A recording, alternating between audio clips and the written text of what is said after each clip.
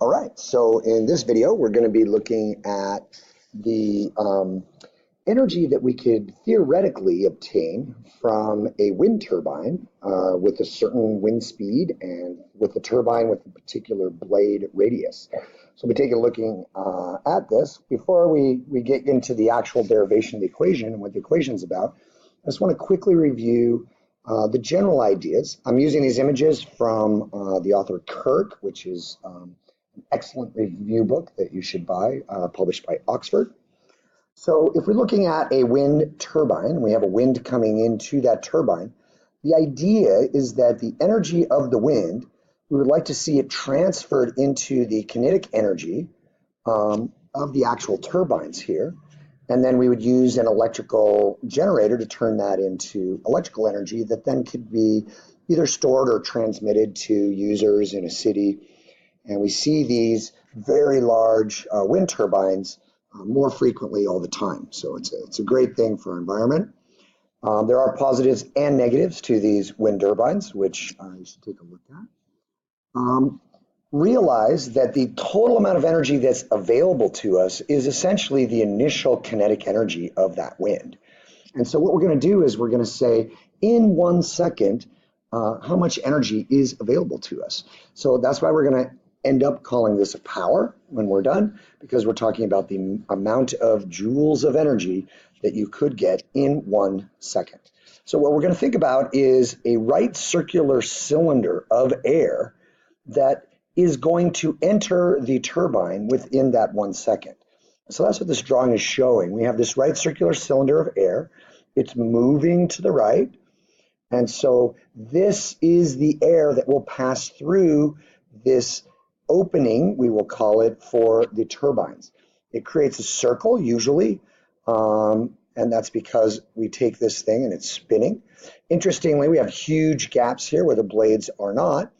That's basically done in order to increase the efficiency, cost efficiency overall for your turbine. And that's part of why we won't get 100% efficiency from this. But what we're going to do right now is look at what theoretical maximum energy could be available to us. And so we want to know 1/2 mv squared, which is the kinetic energy of this chunk of air. And realize that air has a lot of mass to it. If you have a cubic meter of air, it's typically in the order just over 1 kilogram of mass. So it actually has some heft to it, and that gives it a decent amount of kinetic energy, obviously depending on its velocity.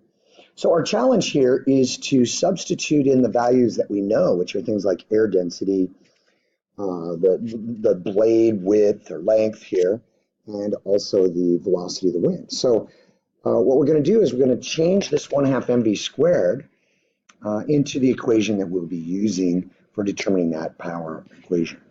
So what we want to do first off is try to understand how much mass this is.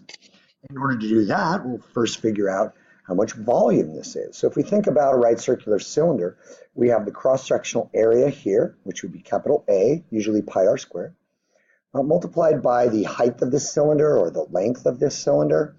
And that length of that cylinder times that cross-sectional area will give us the volume. So in any case, our area is pi r squared. And if we have the volume that passes in 1 second, notice how we get VA instead of L, where L is this distance here, times the cross-sectional area. So if the volume is A times L, and in 1 second, what will our L be? Well, that's the velocity, because if our velocity is, say, 8 meters per second, in 1 second, this L would be 8 meters.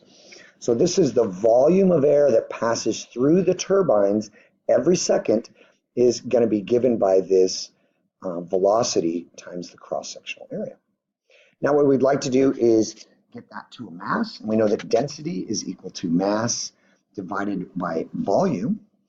And so in order to get the mass, we're simply going to take that volume, VA, times the density. This is a rho right here. That's the density of that air, multiplied by the volume that passed in 1 second. And so this expression, V capital AP, or V pi r squared, rho, the density, that's going to give us the mass passing per second. And so we're going to plug that in for m in our kinetic energy equation. You'll notice that gives us another v, so our v squared will become v cubed. And we have this pretty standard way of writing the power that would theoretically be possible to obtain. Notice that A is sometimes just placed as pi r squared because this cross-sectional area is almost always a circle. So this equation has some major limitations. It has some assumptions that simply are not possible. Obviously, some of that has to do with the energy transformations, turning the kinetic energy of the wind into electrical energy. You're going to have efficiency losses throughout that process due to friction and issues in the generator, and issues in transferring that energy over the power lines to where the users actually are. But there's a bigger problem here, and that's that the air that's moving into the turbines needs to still be moving after it passes through the turbines on the other side. And there will also be a density change as it passes through, because as the air slows down, it obviously is going to compact.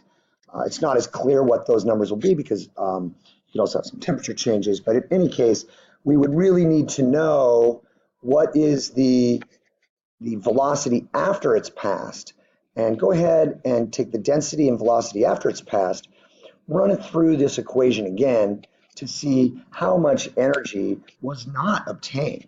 Subtract that from the original value that we would get using this equation, and that would get the actual captured kinetic energy of the blades, which would subsequently have further efficiency losses.